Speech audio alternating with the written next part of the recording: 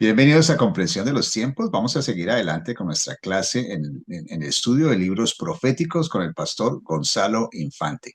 Vamos a orar y vamos a dar comienzo a esta clase. Señor, te damos gracias por tu amor, gracias por tu palabra, Señor. Pedimos que tu palabra hoy sea trayendo revelación, entendimiento de tus propósitos y de tus planes para nuestras vidas, nuestras familias, nuestros ministerios. En el nombre de Cristo Jesús. Amén. Pastor Gonzalo Infante, usted está bienvenido. Por favor, siga adelante con la clase. Muchas gracias. Nosotros estamos en la clase de profetas. Ya vimos toda la hermenéutica y la interpretación bíblica de los profetas. Ahora pasamos a una de tres vertientes de estos libros. Uno es el mensajero, ya hablamos de Isaías, ya hablamos de Jeremías, de Ezequiel y su llamamiento y las distintas etapas de un llamamiento adecuado. Entonces estamos hablando del mensajero y alcanzamos en un capítulo aparte, hablaremos del otro que es Daniel y de su llamado y cómo fue el asunto con él. Y tocaremos si también se alcanza a los profetas menores. Pero hoy estamos enfatizando ya en el mensaje.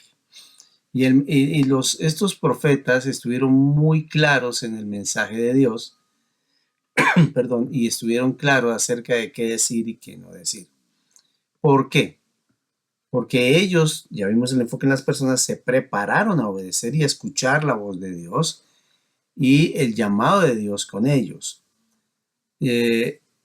Enfoquémonos en algo. Lo claro es que el mensaje debe iniciar con la revelación de Dios, no con lo que se violó, no con lo que se dejó de hacer, no con lo que no se confrontó, sino con el carácter, naturaleza, atributos de Dios. Aquí es donde vamos a poner los énfasis y vemos como algo muy especial antes de todo, porque aquí se habla mucho, mucho, mucho de no practicáis la verdad, no hacéis el bien, no servís a la viuda, etcétera. Entonces, también dice porque se la pasan hurtando, mintiendo, fornicando, deshonrando a sus padres, no guardando días de reposo. Los mandamientos, los preceptos de Dios.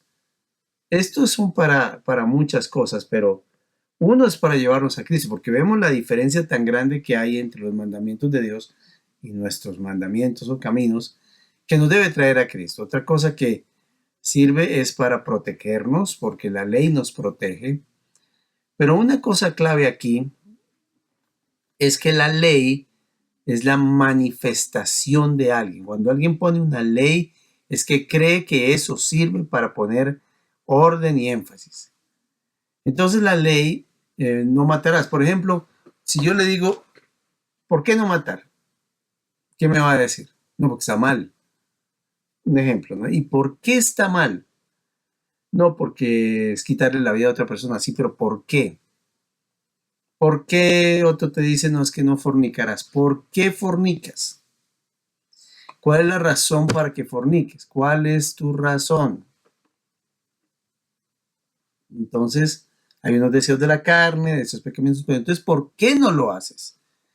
Y aquí es donde vemos que muchas personas tienen choque con los principios, perdón, con los preceptos, con los mandamientos de Dios, y Él los mandamientos los ha colocado con consecuencias muy claras y las leyes fueron puestas para nuestra protección. Pero hay que tener cuidado porque por un lado pueden venir los legalistas. Los legalistas son aquellos que están muy pendientes de la ley.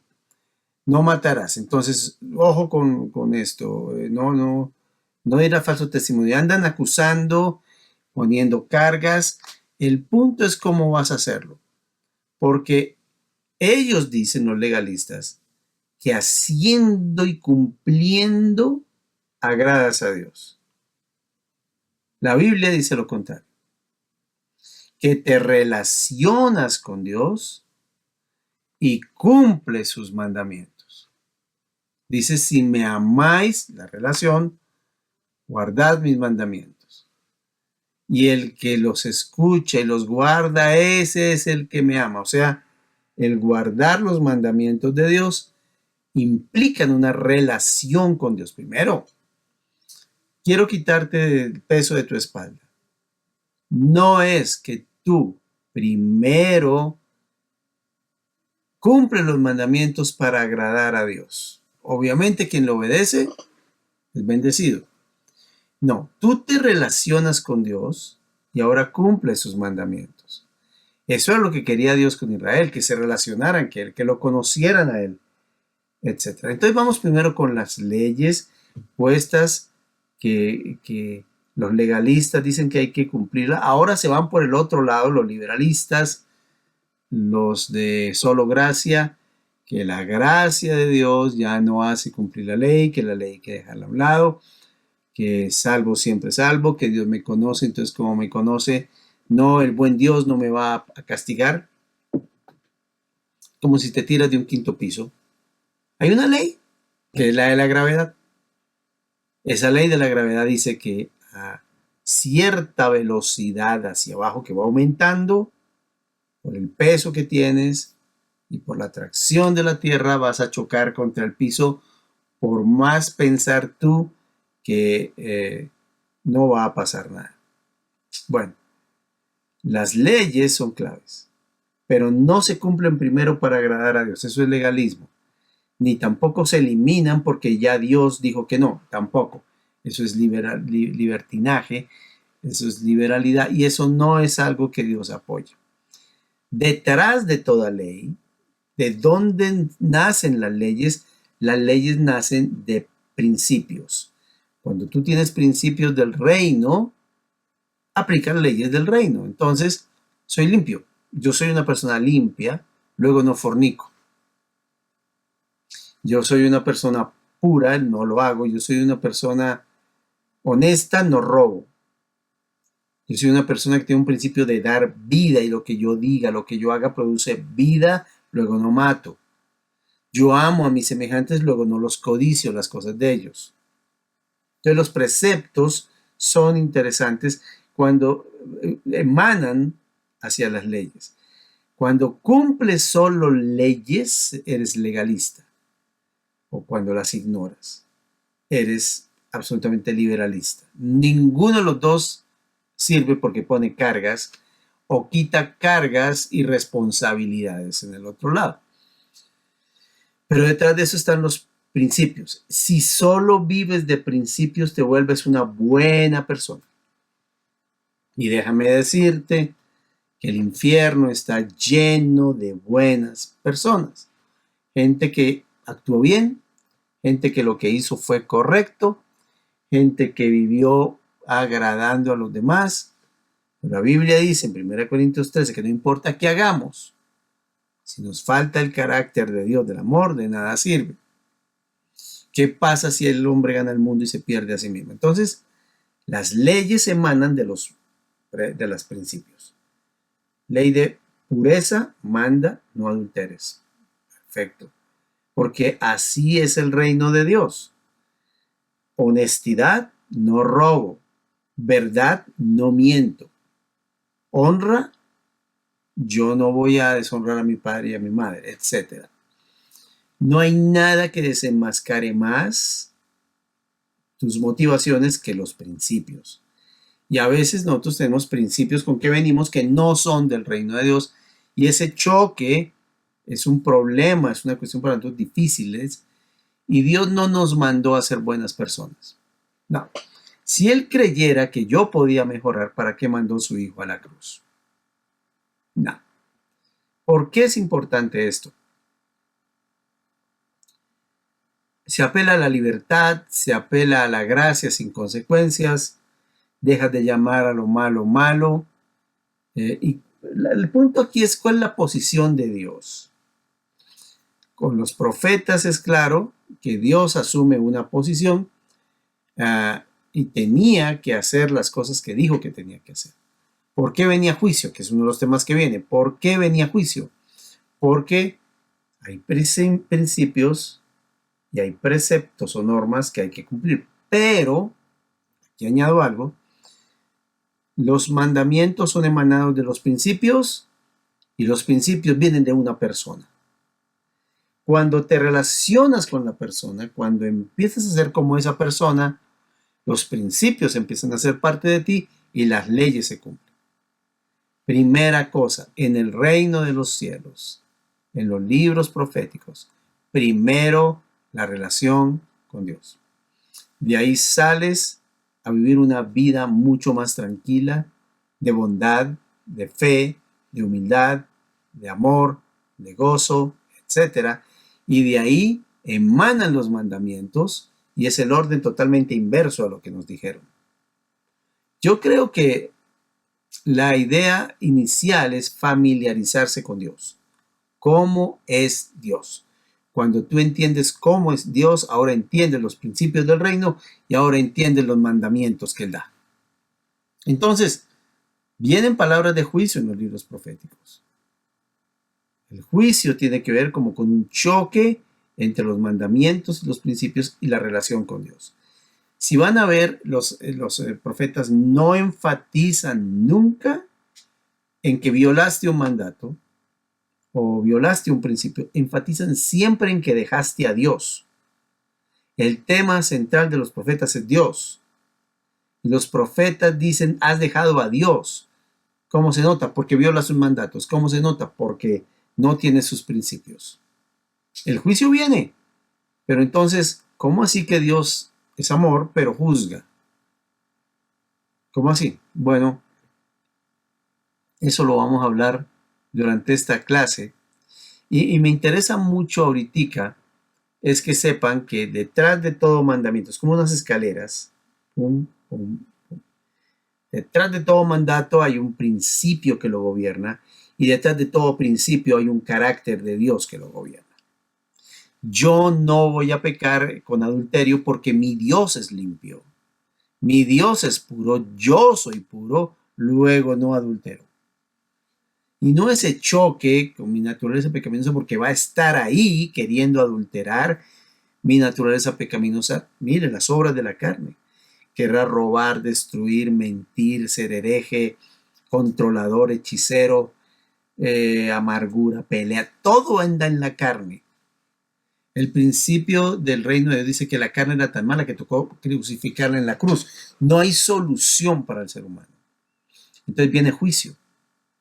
Cuando el hombre se organiza y vuelve a armonizarse con Dios, el juicio se detiene, porque lo que él busca, ya vamos a ver más antes, es el arrepentimiento. La solución es Cristo para esta situación. Hemos hablado ya de lo que son los preceptos y mira cómo, los preceptos, los principios y la persona. Se puede colocar las P's, preceptos, principios, personas, 3 P's, como un lente, Dios, su carácter, principios del carácter, mandamientos de Dios. Hasta ahí vamos bien. Lo que quiero que miremos un poco es que cómo es Dios, cómo lo muestran los profetas. Y vamos a dar solamente 4 puntos, ya no del mensajero, sino del mensaje. El primer mensaje es Dios. Es el primer mensaje en que enfatizan los profetas. La ley no era el fin. Lo que hablaban los profetas no era principalmente la ley. La ley era el medio de mirar atrás a la persona, a Dios. Entonces hablemos de Dios. 4 puntos que toca estos libros proféticos sobre Dios. Obviamente hay más. Sí, y vas a encontrar más cosas, pero hablemos de 4 principales. Dios, ¿qué piensa? Porque lo que yo pienso, ¿qué te digo? A ver, lo que yo pienso es limitado. Yo solamente veo una parte. Ustedes no están viendo todo lo que hay aquí debajo, todo lo que hay aquí encima, todo lo que hay aquí afuera. No, ustedes ven solo una parte. Lo mismo, vemos solo una parte. Y el mensaje acerca de Dios es muy claro. Lo que me gusta es que el Señor dice lo que los profetas escriben. No es que el profeta diga, es que usted no ama a Dios, es que no es la gente, es Dios el que dice. Entonces, primero hablemos que hay un Dios único. Estos libros enfatizan en que hay un solo Dios, único Dios, verdadero Dios, y toca temas que solo se conocen por revelación. Entonces, Dios se revela a sí mismo. Dice la Biblia que Él se reveló, habló a través de los profetas, a través de los salmos, a través de Moisés, pero la revelación completa es por medio de Jesucristo. Si quieres conocer a Dios, tienes que conocer al Hijo. Eso es muy importante, muy fundamental. Entonces, Dios se reveló en el libro de Jeremías capítulo 10, versículos 1 al 16. Él se revela y compara su naturaleza de Dios vivo y verdadero con la multitud de ídolos que están alrededor. En estos versículos hay 7 formas en que contrasta Jeremías a Dios con los ídolos. Él dice, es que un momento, esto no es para compararse. Y toca el tema de la idolatría. ¿Por qué toma el tema de la idolatría? ¿Porque se violan mandatos? ¿Porque se están colocando ídolos de madera? No, porque se está ignorando a la deidad única que es Dios. Se está dejando a un lado, se dejan al lado sus preceptos, se dejan al lado sus mandatos. A veces se conservan los preceptos y se conservan los mandatos y usted ve, no, pero si él hace la voluntad de Dios. No, pero mire, es una buena persona. No, no. El mundo está lleno de buenas personas y no van a ir al cielo. No. La relación con Dios a través de Jesucristo es muy importante. La idolatría, aquí en el capítulo 10 de Jeremías, es clave el origen, que es la independencia de Dios y colocar algo o alguien por encima de Dios. Eso es un pecado. Y Dios dice ahí debe ser temido porque no hay nadie como Él. Él es grande, su nombre es grande. Él es el Rey de las naciones, el Dios vivo, el Dios verdadero, el Dios de amor. No hay otro como Él es el Creador. Quienes adoran a Dios son sabios y el Señor de los ejércitos está con ellos. Dios se revela en el capítulo 40 de Isaías, versículos 12 al 31, donde se revela a sí mismo como creador del cielo y la tierra. Nosotros pagamos miles en dinero o millones o lo que usted quiera en mandar hijos a la universidad para que les digan que Dios no existe. Tengo algunas preguntas sobre los sistemas universitarios. Está bien. Ese es otro tema. Pero lo que quiero enfatizar acá es que dan por hecho que la evolución es cierta. Y aquí estamos hablando un poquitico de un sobrino una vez dijo, es que la evolución es cierta. No sé por qué ustedes creen en la Biblia. Bueno, pregunta. Hagamos la pregunta y empecemos a molestar un poco esta posición. Me gusta molestar posiciones, porque honestamente, pues, hay que pensar. ¿Y por qué crees eso? No, porque es que la ciencia avala la evolución, mientras la religión avala la creación. Momento. ¿De dónde sacas eso? ¿Quién te dijo que la evolución toda es científica? ¿Y quién te dijo que la creación toda es religiosa? Un mito, un cuentico. Hay 2 posiciones en este mundo acerca de un Dios creador y de una evolución, de un Dios que ni existe. Estamos aquí por accidente y hay posiciones muy claras. Yo tuve que estudiar este tema a través de mi mente científica por ser médico y me di cuenta, y con esto destruimos ese argumento, aunque Isaías lo pone muy claro en el capítulo 40, versículo 26, 28, 42, 5, 45, 5 al 12 y 45, 18. Muy claro, es muy claro. ¿Tú estuviste en el Big Bang, amigo? No, pero la ciencia, un momento. La ciencia de donde parte se vuelve cierta. A ver, de donde tú partes, das toda la veracidad. Ellos parten del Big Bang. Ellos parten de ahí. ¿El Big Bang está comprobado? No, pero parten de ahí. ¿Tú estuviste ahí? No, yo tampoco. Sí, pero es que la teoría dice, bueno, la teoría ya se basa en el Big Bang. Pero vamos un poquitico a este lado. Yo, ¿por qué sí puedo creer en la creación como algo más que un mito, como algo cierto? Porque le creo a Dios, sí, está bien, porque le creo a Dios. Usted le está creyendo a todos los evolucionistas. A ver, entonces pregunta, ¿tú estuviste en el acto de la creación? No. ¿Tú estuviste en el acto en donde Adán y Eva fueron puestos ahí con los animales, los cielos, la tierra? No, yo tampoco. Partamos del hecho que de donde vienen nuestras posiciones, vienen de dos fuentes. Una, ¿quién dijo qué? Y yo creo que si Dios lo dijo, yo creo en el Dios que dijo eso. Tú estás creyendo en los evolucionistas. ¿Por qué? Porque si tú no estuviste y yo no estuve, ambas posiciones se aceptan por la fe. Y hay un Big Bang, eso es un acto de fe. Que hay la creación de Dios es un acto de fe. Ahora, no es cierto que lo científico es esto, mientras esto es lo religioso. Hay muchas pruebas científicas también. Pero ¿de dónde partes?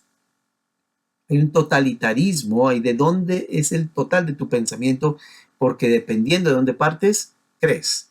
Mira que Josh McDowell está en una convención, él da muchas conferencias, creo que era Uruguay y se llama Carlos, la persona que voy a narrarles. Él dijo, bueno, ok, entonces Dios, y da evidencias de Dios, evidencias históricas, y un hombre levanta la mano y le dice, perdón, señor, el doctor, o como le llame, maestro. Sí, claro, mi nombre es Carlos. Bueno, lo que usted dice es una tontería. Eso es puro mito y pura mentira y puro cuento. La evolución es cierta, en un momento. Carlos, ¿quieres venir? Yo, sí, claro, y coge el micrófono. Oiga, la gente decía, ¿qué le pasó a McDowell? Le dio el micrófono y le dije, Carlos, ¿quieres exponer lo que has dicho? ¿De veras? Sí. ¿De su conferencia? Sí. Dilo. Que Dios no existe, que la creación es mentira, que lo que usted dice son torpezas, que es una babosada, que estos son puros cuentos, y usted lo que quiere es lavarle el cerebro a la gente, que eso no sirve, no sirve. Y él le dijo, perfecto, Carlos, gracias por haberte puesto en la posición de hablarlo, ahora te hago una sola pregunta. ¿Puedo? Dijo, sí, pues yo te di el púlpito, ahora puedo preguntarte. Claro. Si yo te comprobara científicamente, arqueológicamente, desde el sentido común, desde la historia, la veracidad de Dios, ¿creerías? ¿Te arrodillarías y dirías que Jesús es el Señor? Dijo, nunca. Entonces tu problema no es de investigación, tu problema no es de evidencias, tu problema no es de pruebas, tu problema no es intelectual, tu problema es moral. ¿De dónde parte la gente? De problemas morales, no de evidencias. Entonces, cuando nosotros vemos aquí en Isaías, él está colocando el corazón de la gente, diciendo, ¿dónde está el corazón con respecto a Dios? Él se revela como el gran creador en Isaías 40. Él no puede compararse con nadie. Los principios de Dios son claves, son ciertos, y Él los da por hecho. Por Él alumbran las estrellas, la Biblia lo dice, los príncipes gobiernan por su decreto, su pueblo es sostenido por su poder. Todo eso está en Isaías 40. Además, Isaías enseña que Dios es eterno, siempre ha sido, siempre será, es el Dios, el mismo ayer y por los siglos, que Hebreos vuelve y trae, Hebreos 13:8. Nadie le enseña. ¿Quién puede enseñarle a Dios? Es omnipotente, es omnipresente. Las naciones son como una gota de agua en un balde. Y además es Salvador, el Redentor. Los profetas, si los quieres entender, hablan del Dios único, del Dios que no cambia. Ahora también hablan del Dios todopoderoso, como les dije. El enemigo vino a desafiar, y eso lo vamos a ver ahora, pero no importa su desafío. Hay un Dios poderoso y todopoderoso que lo pone en su lugar. El Dios omnipotente, el que nadie se le puede oponer. Hay un Dios santo. Y hay una cosa que me llama la atención, esto es un comentario de uno de los autores que estuve consultando para este tema, me llamó la atención. Una persona con todo el poder, con toda la autoridad, con absolutamente toda la fuerza y toda la razón, que es juez, que tiene el derecho y que tiene la forma, jamás usó su autoridad, su poder y sus reglas para sobrepasarse o usarlo mal. A veces uno dice, yo soy el papá, como soy el papá, como soy la mamá, me hacen caso. Dios no hizo eso.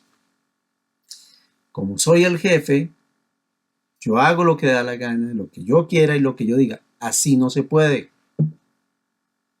Como yo soy el presidente, como yo soy el senador, como yo soy,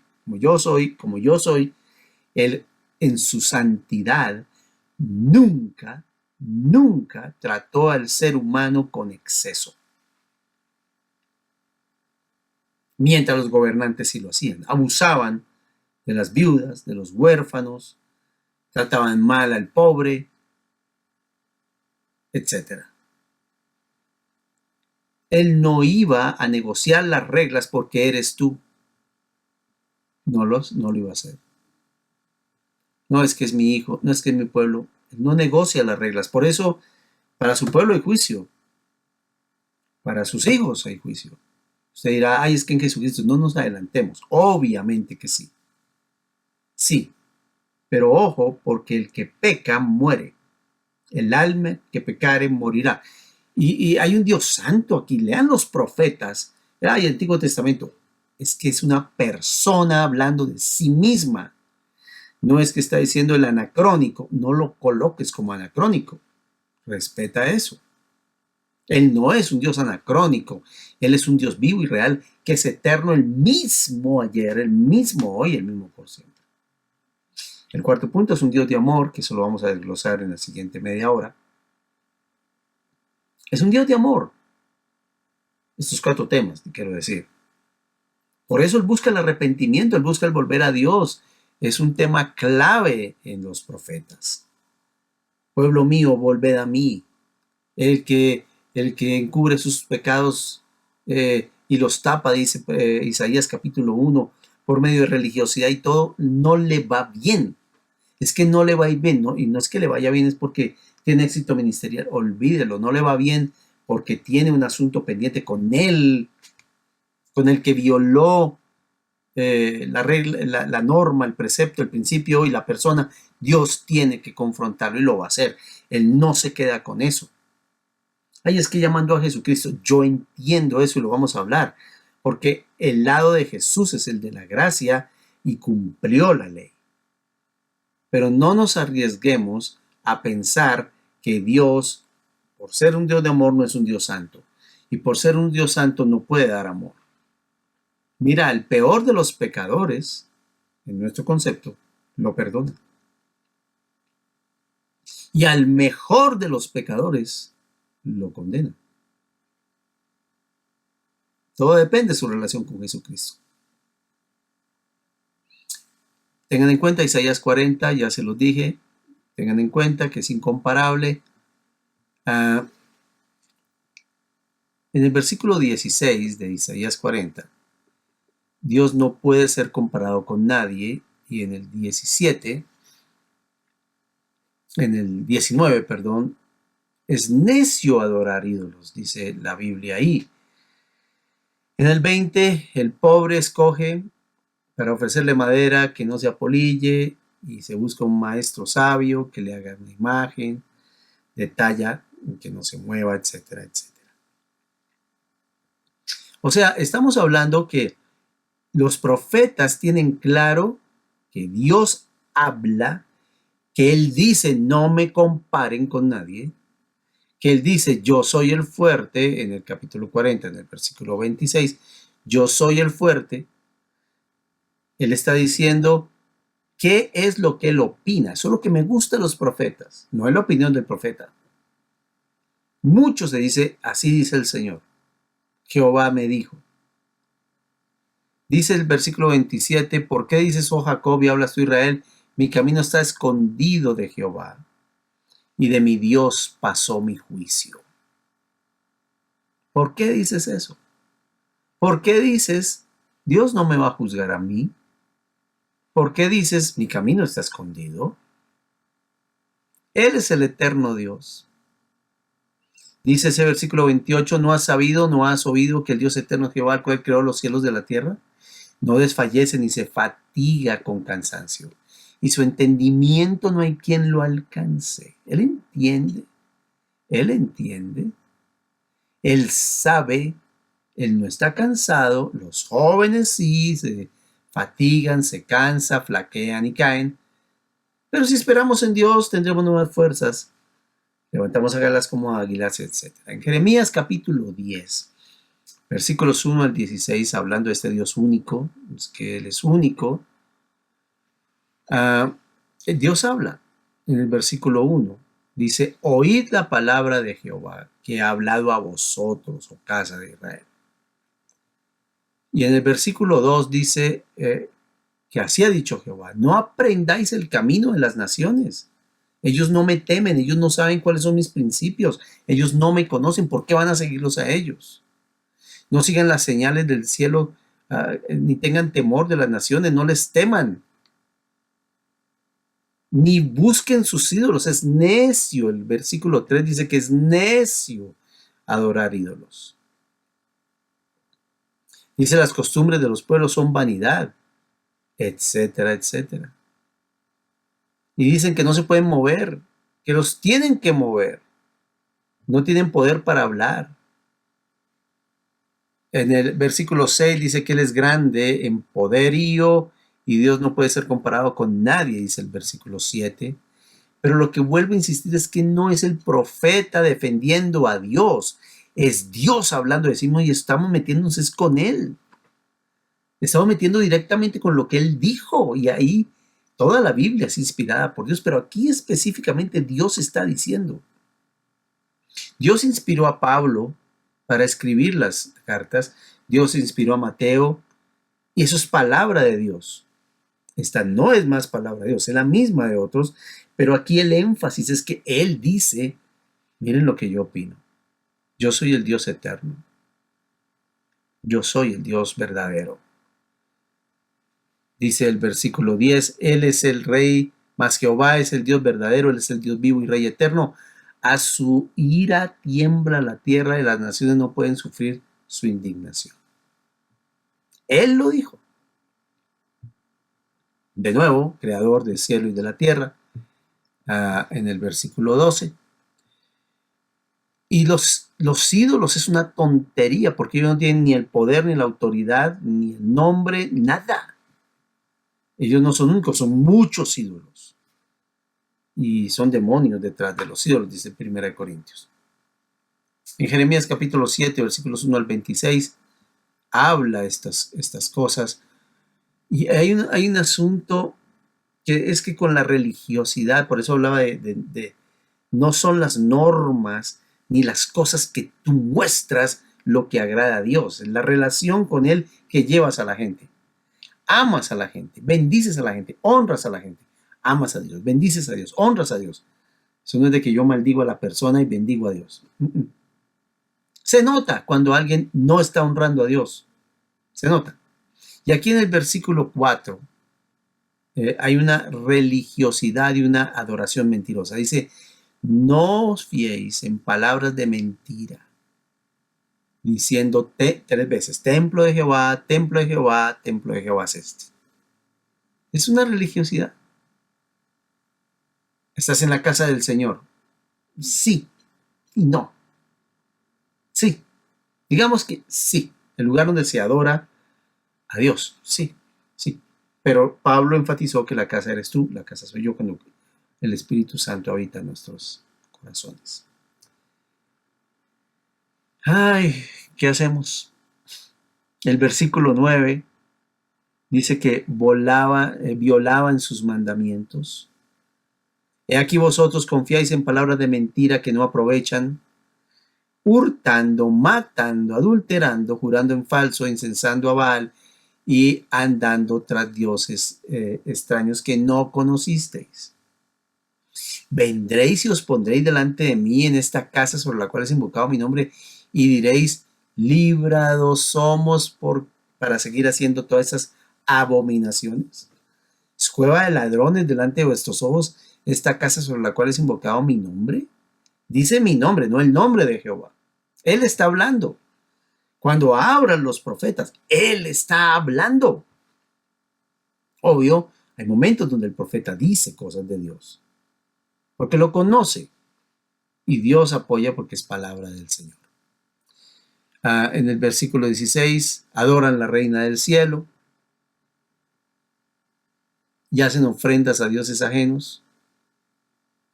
Así ha dicho Jehová, Dios de los ejércitos, versículo 21, añadid vuestros holocaustos a vuestros sacrificios y comed la carne. Porque no hablé yo con vuestros padres, ni les mandé acerca de holocaustos ni de víctimas el día que los saqué de la tierra de Egipto. Mas esto les mandé diciendo, escuchad mi voz, relación. Y seré a vosotros por Dios y vosotros me seréis por pueblo, relación. Y andad en todo el camino que os mandé, relación, para que os vaya bien. No es una ley la que me hace ir bien, es mi relación con Dios aplicando su ley, aplicando sus principios. Sigan leyendo ese capítulo. Ezequiel capítulo 8, versículos 1 al 18, es interesantísimo.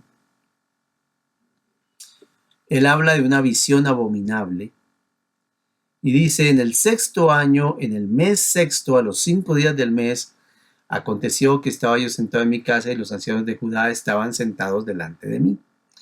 Y allí se posó sobre mí la mano de Jehová el Señor, y miré, y aquí una figura que parecía de hombre, desde sus lomos para abajo, fuego, y desde sus lomos para arriba parecía resplandor. El aspecto de bronce, refulgente, y aquella figura extendió su mano y me tomó por las guedejas de mi cabeza, y el Espíritu me alzó entre el cielo y la tierra, y me llevó a visiones de Dios a Jerusalén, a la entrada de la puerta de adentro, que mira hacia el norte, donde estaba la habitación de la imagen del cielo, que provoca celos, y allí estaba la gloria de Dios, allí estaba la gloria de Dios, del Dios de Israel, como la visión que yo había visto en el campo. Y mira lo que ya empieza a decir en el versículo 5. Y me dijo, hijo de hombre, alza ahora tus ojos hacia el lado del norte, y alcé mis ojos hacia el norte, y aquí al norte, junto a la puerta del altar, aquella imagen del cerro de la entrada. Me dijo entonces, hijo de hombre, ¿no ves lo que no ves lo que estos hacen, las grandes abominaciones que la casa de Israel hace aquí para alejarme de mi santuario? Cuando tú estás mal, cuando estás pecando y no quieres un cambio, alejas todo aquello que puede dañar tu imagen. Tratas de esconder las cosas y decir aquí no ha pasado nada. Pero vuélvete aún y verás abominaciones mayores. Y esto de abominaciones mayores, tras abominaciones mayores, tras abominaciones mayores, adoran animales, luego reptiles, bestias abominables, todos los ídolos. Y dice el versículo 12, y me dijo, hijo de hombre, ¿has visto las cosas que los ancianos de la casa de Israel hacen en tinieblas, cada uno en sus cámaras pintadas de imágenes? Porque dicen ellos, no nos ve Jehová. Jehová ha abandonado la tierra. Me dijo después, vuélvete aún, verás abominaciones mayores que hacen estos. Y el Señor le está hablando que haga un hueco, que mire adentro. Tremendo. Bueno, terminan adorando al sol. Entonces Dios es único. Pasamos al segundo. Dios es todopoderoso. El enemigo desafía a Dios. Isaías capítulo 36, versículos 1 al 22. Hay momentos en que la posición es muy fuerte, las circunstancias muy adversas, la voz del enemigo retumba y trae miedo. Una de las formas como Satanás trabaja es por miedo. Y ese miedo nos da tentación a rendirnos. Y usted escucha perfectamente su voz. ¿Por qué viene la depresión? ¿Por qué viene el miedo? Porque usted está escuchando su voz.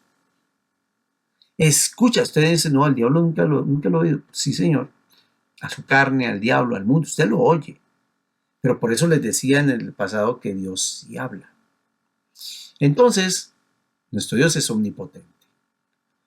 La mayor potencia del momento los había conquistado, que era Asiria. Vinieron luego de victorias sobre los demás pueblos, vino Rabsaces insultando y blasfemando. Estaba en Laquis, a 45 kilómetros, en una ciudad a 45 kilómetros de Jerusalén. No había quien defendiera a nadie, o sea, este tenía todo el poder. Egipto no servía. El banco no sirve, no va a ayudar. Ni los dioses de las naciones. Orar e ir y tener nuestros hijos no sirve. No había fuerza de aliados, no había gente conmigo, no sirve. No había fuerza militar, gente que me defendiera, no. Ni siquiera el rey Ezequías tenía respuestas, no. Entonces, ¿por qué los demás dioses no pudieron? Ahora Jehová sí. No podían resistir, debían rendirse. Y entonces Rabsaces usó los mismos métodos que usa Satanás hoy. Aunque Satanás es mentiroso, él coge una realidad y te la trae para intimidarte. Es que no te pueden ayudar, Egipto ya no puede. ¿Qué vas a hacer? Es que tú no tienes fuerza para defenderte. Es que tus líderes no saben, ni siquiera te ayudan, es que no saben qué hacer contigo. Presidente no hay, Congreso menos. Pastores no te ayudan. El rey no sabe qué hacer. A otros, a muchos les ha pasado lo mismo y les fue mal. Este es el engaño, porque todo eso puede ser cierto, puede ser real. Dos cosas, Dios tampoco puede. Y si pudiera hacerlo, no lo va a hacer, porque Él mismo nos mandó a hacerlo.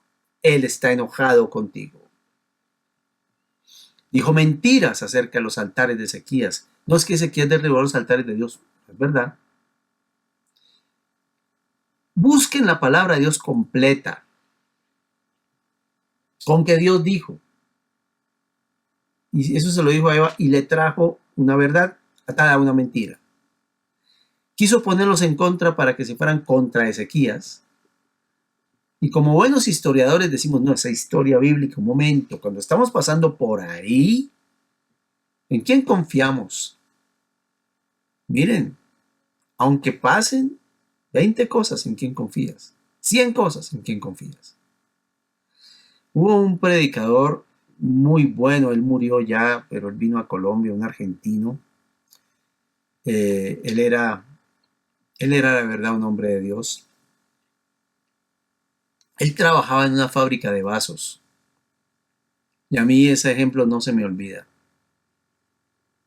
Yo recuerdo que él hablaba que pasaba el vaso y a él le tocaba la parte de sacar el vaso y ver si estaba listo.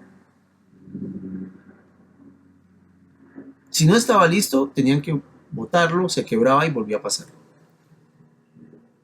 Entonces él preguntó, bueno, yo voy a hacer este trabajo, pero la pregunta es, ¿cómo sé que está listo? Él dijo, el experto, coges el vaso y le pegas. Si canta, está listo. ¡Ping!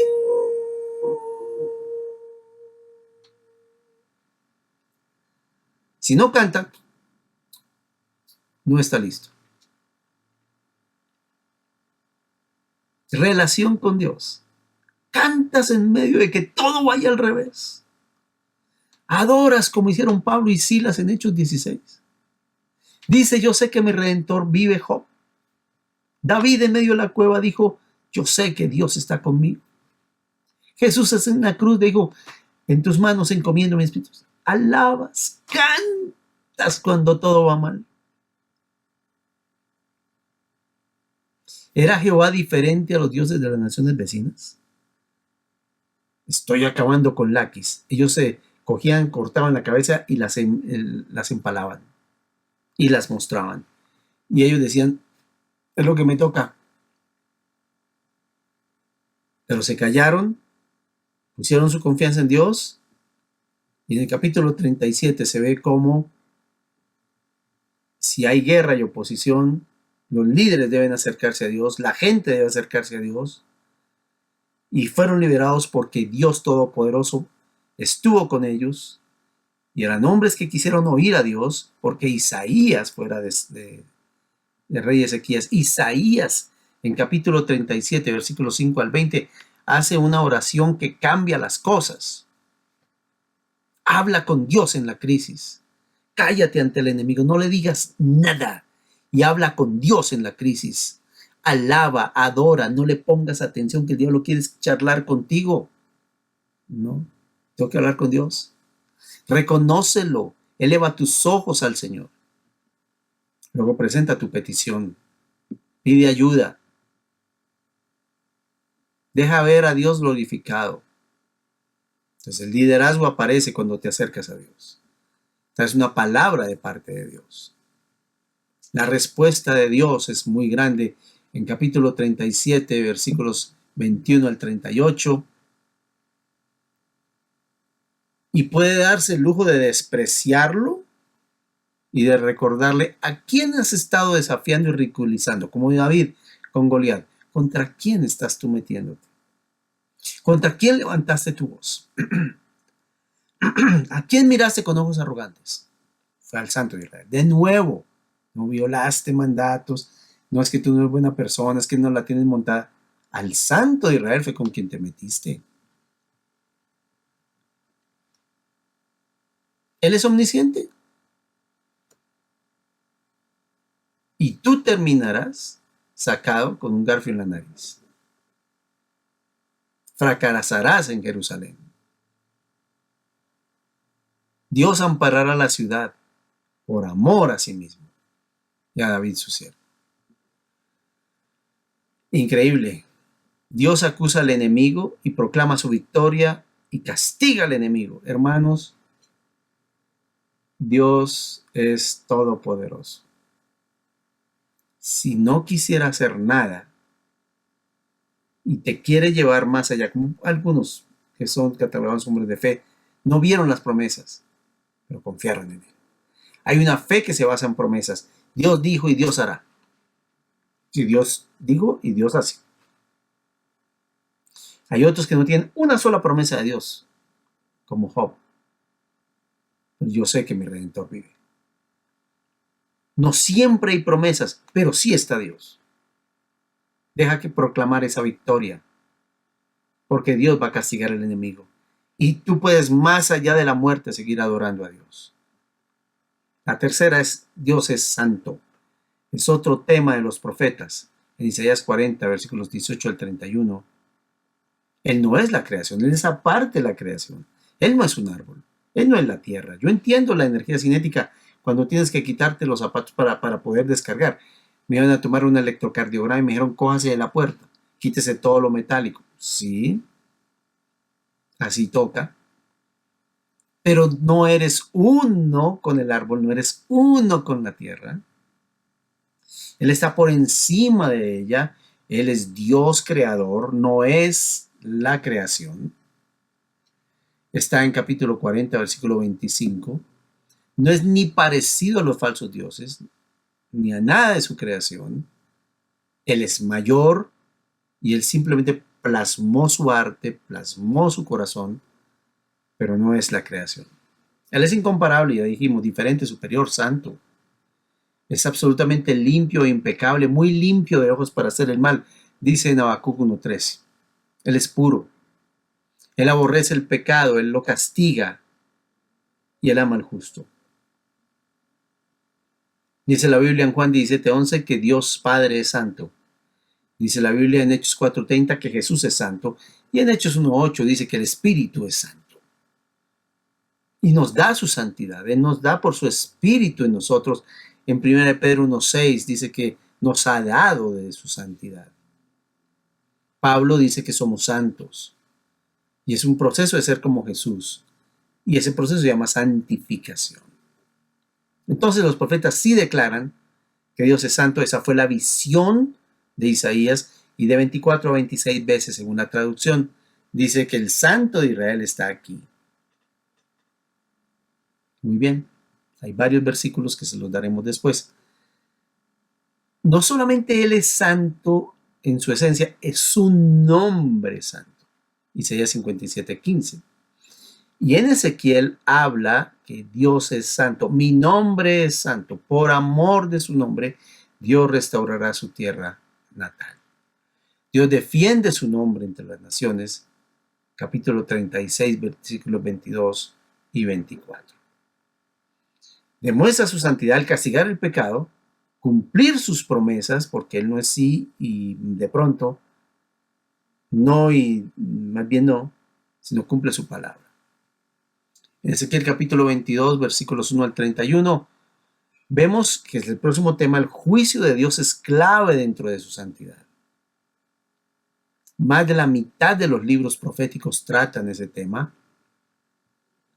Y hablando de Ezequiel 22, 1 al 31, en capítulo 22, versículos 1 al 16, expresan los pecados, la razón del juicio.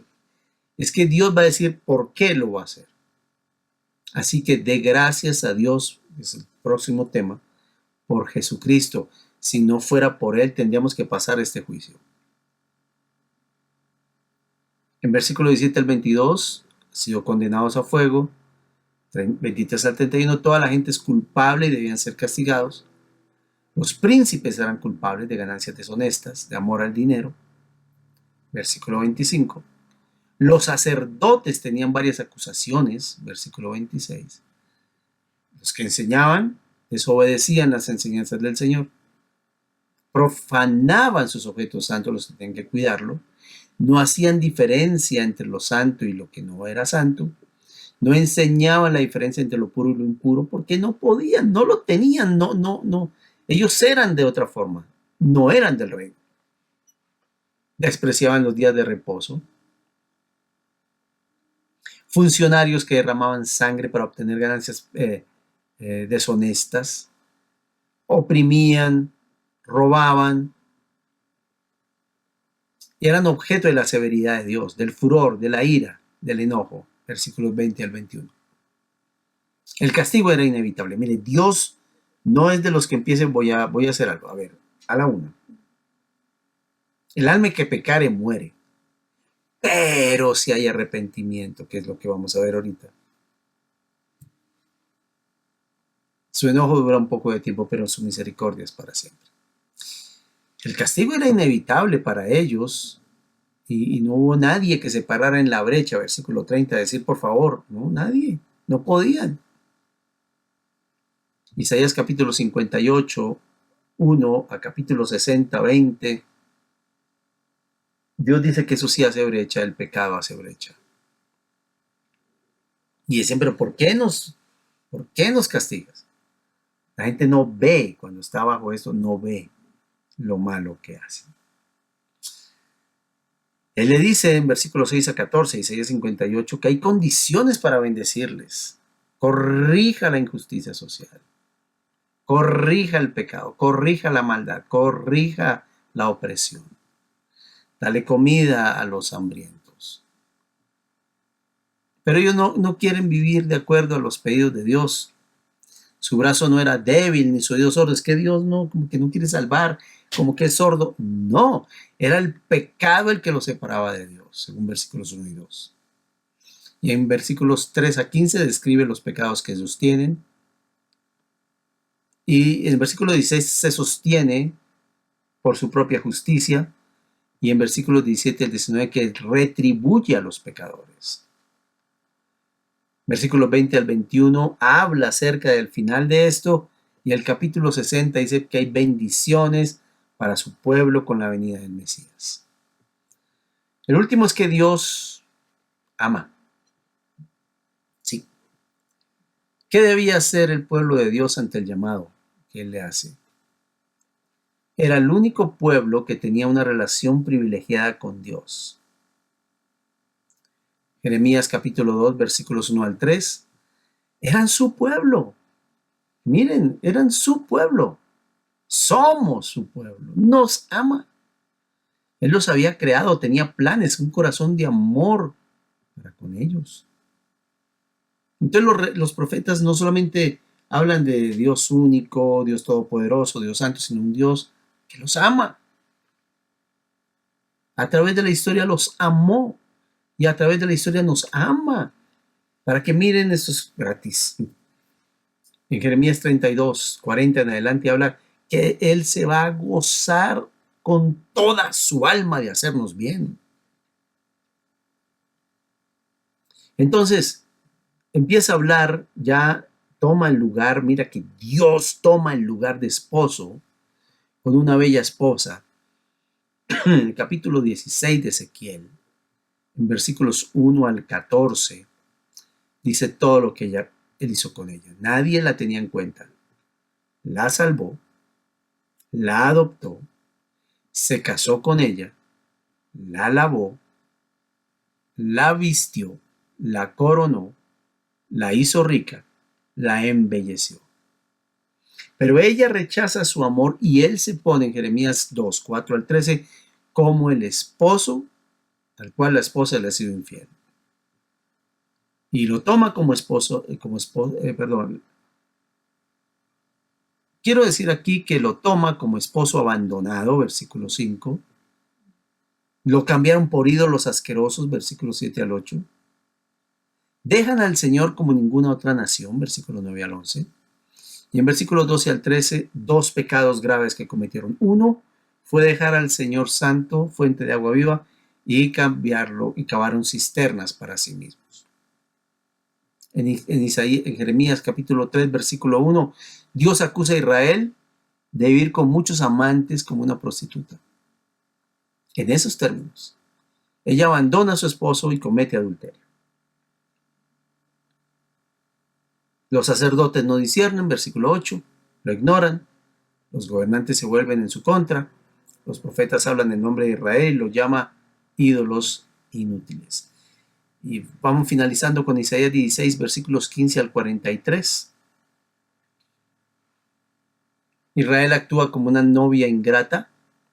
Dios le había dado belleza, vestidos, joyas, flor de harina, aceite y miel, pero los usa para adorar ídolos falsos, sus nuevos amantes. Y él se pone, él es el engañado. Esos niños que Dios le había dado los usa para ofrendarlos y se olvida de todo de Dios y lo que él había hecho por ella. Y se vuelve como una prostituta vulgar que le ofrecía su amor a todo el que pasaba. Tremendo, ese capítulo es tremendo. ¿Por qué es inevitable el juicio? Por infidelidad. Comete adulterio, versículo 38. Viene el despojo y la vergüenza, según el versículo 39. Sería apedreada y cortada en pedazos, según el versículo 40. Sus casas serían quemadas, en el versículo 41, y cesaría su prostitución. Mira, el amor humano es muy cambiante, en forma fácil y rápida, pero su amor nunca cambia. Él no se rinde. Nos sigue amando a pesar de nuestro rechazo. Su amor es eterno y lo más sobrenatural y hermoso que lo hace único es su disposición a perdonarnos a pesar de todo. Solo terminen con Isaías 54, 4 al 10 y vean cómo Dios cuida a sus hijos y cuida a su pueblo para siempre. Termino con esta pequeña ilustración.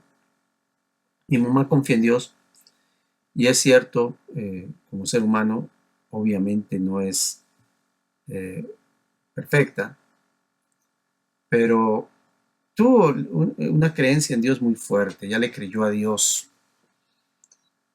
Y ella tuvo varios infartos, pero el Señor le sanó. Y yo me acuerdo haberla llevado a un médico amigo, un cardiólogo, que le dijo, usted tiene un corazón de 15. Cuando la sanó, le colocó un corazón de 15 años, una quinceañera. Y siempre le pagaba pues algunos ayudábamos, pero no alcanzábamos a todo, eh, pero Dios le ayudaba siempre, siempre le ayudaba. Nunca la dejó colgar de recibos, ni de comida, ni de sus cuotas que tenía que pagar. Siempre fue fiel. Cuando murió, perdón, eso va porque le dijo en el capítulo 54 de Isaías, yo seré tu marido y seré padre para tus hijos. Me pagó la carrera completa. Se lo prometió. Y cuando ella está mal, dura un mes por fuera del apartamento, obviamente, me hacía algo porque estaba enferma. En ese momento muere y ahora nos tocaba llegar al apartamento a mirar cuentas. Mis hermanas estuvieron ahí viendo sus cosas, como un respeto de nosotros los hombres por eso. Y vimos que faltaba pagar un recibo de, no me acuerdo si era 1.140.000, un ejemplo. Pero él siempre la cuidó y siempre respondió. No, ella después de un mes y medio ni siquiera sabía que se habían pagado servicios, administración, ella no sabía eso. Porque estaba mal, estaba muy mal, ya para morir. Cuando encuentran, nosotros hacemos cuenta de cuánto hay que pagar y mis hermanas encuentran un sobre donde ella dice del Señor para mí. Ahí mi mamá había colocado eso, por alguna razón. Y sacan el dinero. 1.140.000.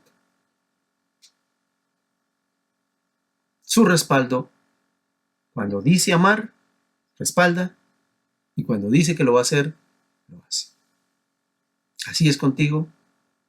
Él ama, Él bendice, Él cuida.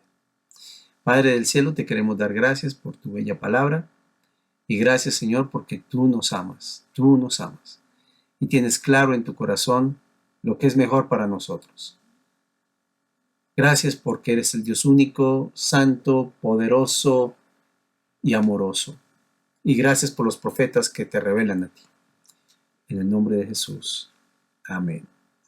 Bueno, mi pastor Carlos, muchas gracias. Que Dios te bendiga y nos vemos en la próxima y bendiga a todos los que estuvieron hoy en comprensión de los tiempos actuales. Pastor Gonzalo Infante, muchísimas gracias por la clase del día de hoy. Ha sido, ha sido muy importante el haber escuchado esta enseñanza que trae revelación y un mayor entendimiento de los propósitos de Dios para nuestra vida como una iglesia, un cuerpo de sacerdotes y de profetas hoy para el Señor.